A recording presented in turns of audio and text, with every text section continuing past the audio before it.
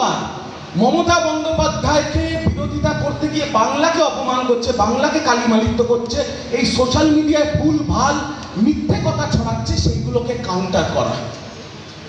বাংলাকে সুরক্ষিত রাখার দায়িত্ব আপনাদের হাতে তুলে নিতে হবে। যখনই দেখবেন বিজেপির কোনো নেতা বলছে কোনো পুলিশ নেই সেই জন্য পটকা ফেটেছে, তার আসল সত্যটা কি সেটা আপনাদের তুলে ধরতে হবে, আপনাদের টুইট করতে হবে বা ফেসবুকে পোস্ট করতে হবে। প্রদ্যুতের ফুল টিম, বিধায়িকা আছেন দিদির ফুল টিম এই রেজিস্ট্রেশন প্রকল্পে নামবে। আমার দৃঢ় বিশ্বাস, আমি বলছি 100, মিনিমাম 500 থেকে 1000 কেস পুরি করে দেবে। এটা হলো আজকের নতুন প্রকল্প, যেটা আমি বলে দিলাম, এটা খুব সিরিয়াস। এটা নিয়ে আগামী দিনে আমরা ঝড় তুলবো, কারণ বিজেপি তো মাঠে ঘাটে কোথাও নেই, এরা খালি ওই ফোনের ফচকেগিরি করছে, সেখানেও ওদেরকে আমরা ধূলিসাৎ করে দেবো। এবার আসি বিরোধী দলে। জানি না আছে না নেই, খায় না মাথায় দেয়, আছে কিছু নাই।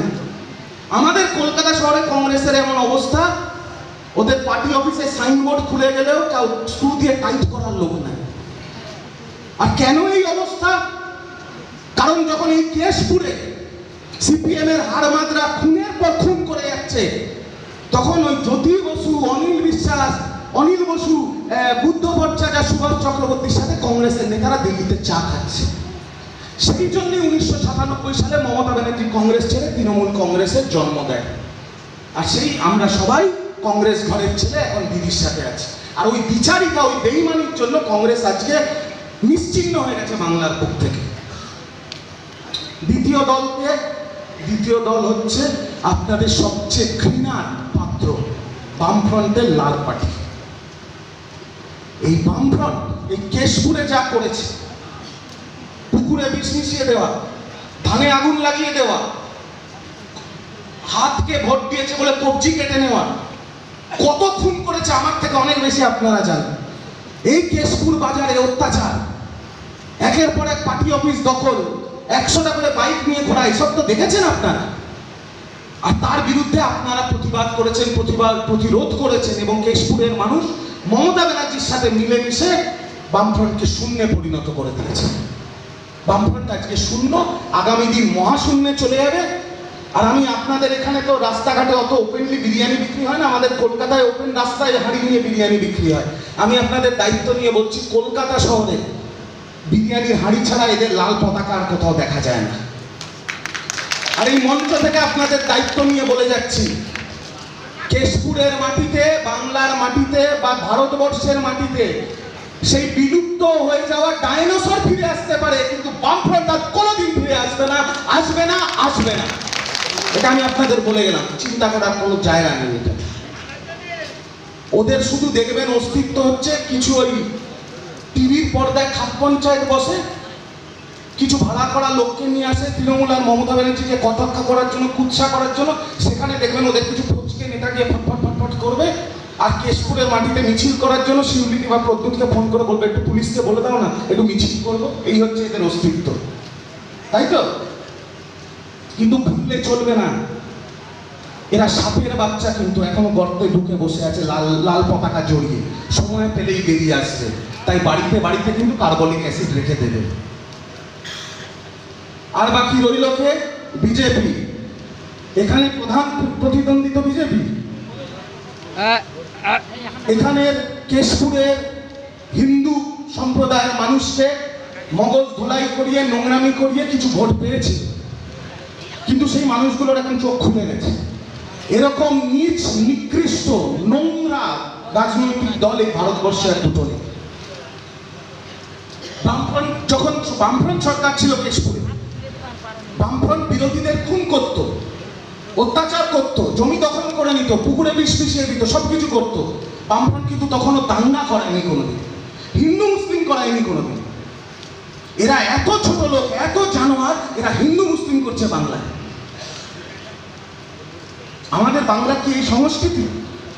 আমরা দুর্গা পুজো করি, আমাদের মুসলমান ভাইরা সেই দুর্গা পুজোয় আসে, ওরা ঈদ বকরি ঈদ করে, আমরা সেখানে যাই। এটা যদি রবি ঠাকুরের বাংলা হয়ে থাকে, তাহলে এটা কাজী নজরুলেরও বাংলা। এটাই আমাদের সংস্কৃতি, এটাই আমার সংস্কৃতি। আমি যে গাড়িতে করে ঘুরি 24 ঘন্টার মধ্যে 18 ঘন্টা যখন আমি রাস্তায় থাকি, আমার যে ছেলেটা গাড়ি চালায় সে 5 বারের নমাজি একটা মুসলমান, আর যে ছেলেটা আমার ছবি তুলছে, যে ছেলেটা যে ছবিগুলো আমি দিদি অভিষেক টাকা পাঠাচ্ছি, ও মেদিনীপুরের ছেলে, ওর নাম অনিকেত বেরা। এটাই আমাদের কালচার। আমি কোনোদিন ভাবিনি আমার ড্রাইভার মুসলমান, আমার ফটোগ্রাফার হিন্দু, আমরা এক থালায় বসে খাই, এক টেবিলে বসে খাবার খাই, এটাই তো আমাদের কালচার। এইটাকে বিষিয়ে দেওয়ার চেষ্টা করছে হিন্দু মুসলিম, হিন্দু মুসলিম, হিন্দু মুসলিম করছে। আর কে করছে হিন্দু মুসলিম? সবচেয়ে বেশি হিন্দু মুসলিম কে করছে? করছে কে? শুভেন্দু অধিকারী, তাই তো? আমার ঠাকুমা একটা কথা বলতেন জানেন তো, এখানে অনেক সিনিয়র চাচারা আছে আমি দেখতে পাচ্ছি, নতুন নতুন মুসলমান নমাজ বেশি পড়ে। ঠিক একইভাবে শুভেন্দু নতুন হিন্দু হয়েছে তো তাই বেশি সনাতনী করছে। এখানে মা বোনেরা আছে, আপনারা সন্ধ্যেবেলা সন্ধ্যে পুজো দেন তো বাড়িতে? সন্ধ্যে দেন তো? শুভেন্দু আসার পর থেকে দেন না তার আগের থেকে দেন? তাহলে আমরা বিজয় সম্মেলনী করছি, একটু মাইকটা দেখেন, আমরা বিজয় সম্মেলনী করছি, কিছুদিন আগে দুর্গা পুজো ছিল। হিন্দু ধর্মে বিশ্বাসী যে আমার দাদা কাকা মা বোনেরা এখানে আছেন, আপনারা হাতে ফুল নিয়ে দুর্গা অঞ্জলি দিয়েছেন তো? কি দিয়েছেন না দেননি? শুনতেই পাচ্ছি না তো। তো যখন হাতে ফুল নিয়ে দুর্গা অঞ্জলি দিচ্ছেন, মায়ের চরণে সেই ফুলটা দিচ্ছেন, কোনোদিন ভেবেছেন ওই ফুলটা কোনো চাচার ক্ষেত থেকে আসছে না কোনো হিন্দুর ক্ষেত থেকে আসছে?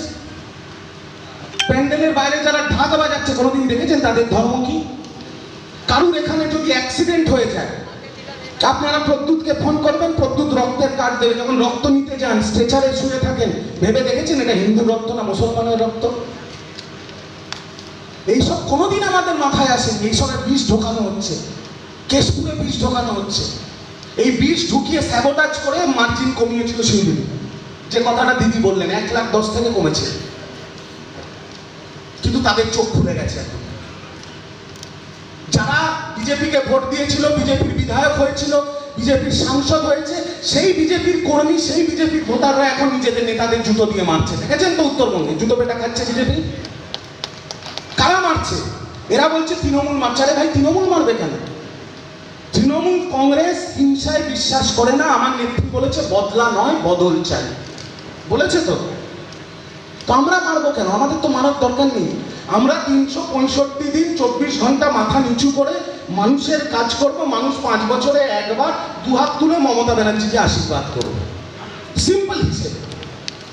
এবার এরা যে হিংসার কথা বলছে, আমি আপনাদের প্রশ্ন করি, দিদি বলেছেন রবীন্দ্রসঙ্গীত শোনাতে, আমরা রবীন্দ্রসঙ্গীত শোনাচ্ছি। দিদি যদি ফোন করে শিউলিদি বা প্রদ্যুৎকে বলে যে অনেক রবীন্দ্রসঙ্গীত শুনিয়েছি, শুভেন্দু খুব বাড়াবাড়ি করছে, 1 ঘন্টা একটু কেশপুরে ডিজে বাজাতো, তাহলে বিজেপি থাকবে? তাহলে এদের এত বড় বড় কথা আসে করতে? আমরা তো মারামারি করি না, আমরা মানুষের সাথে কাজ করি, মানুষকে পরিষেবা দেয়। আর যে হিন্দু হিন্দু করছে শুভেন্দু অধিকারী, সেই শুভেন্দু অধিকারী বড় হিন্দু?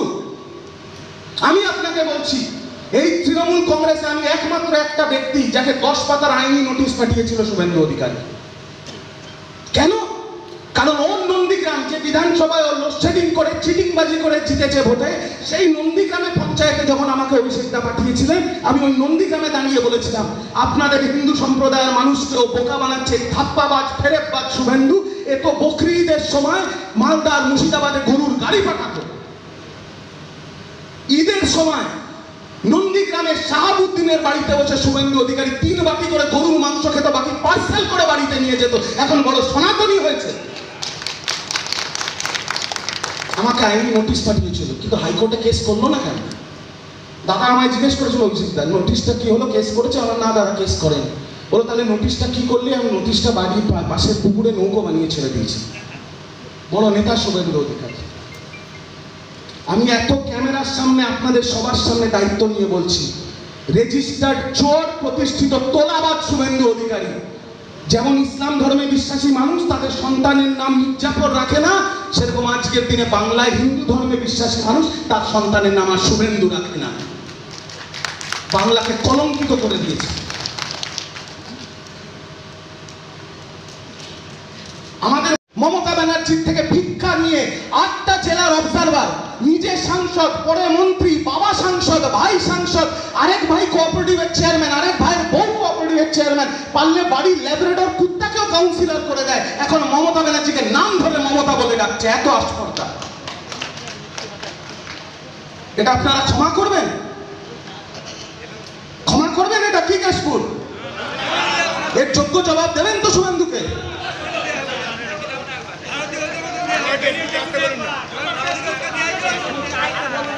যা দেখছি সিনিয়রদের, জুনিয়ররা এখনো ছোটরা কিন্তু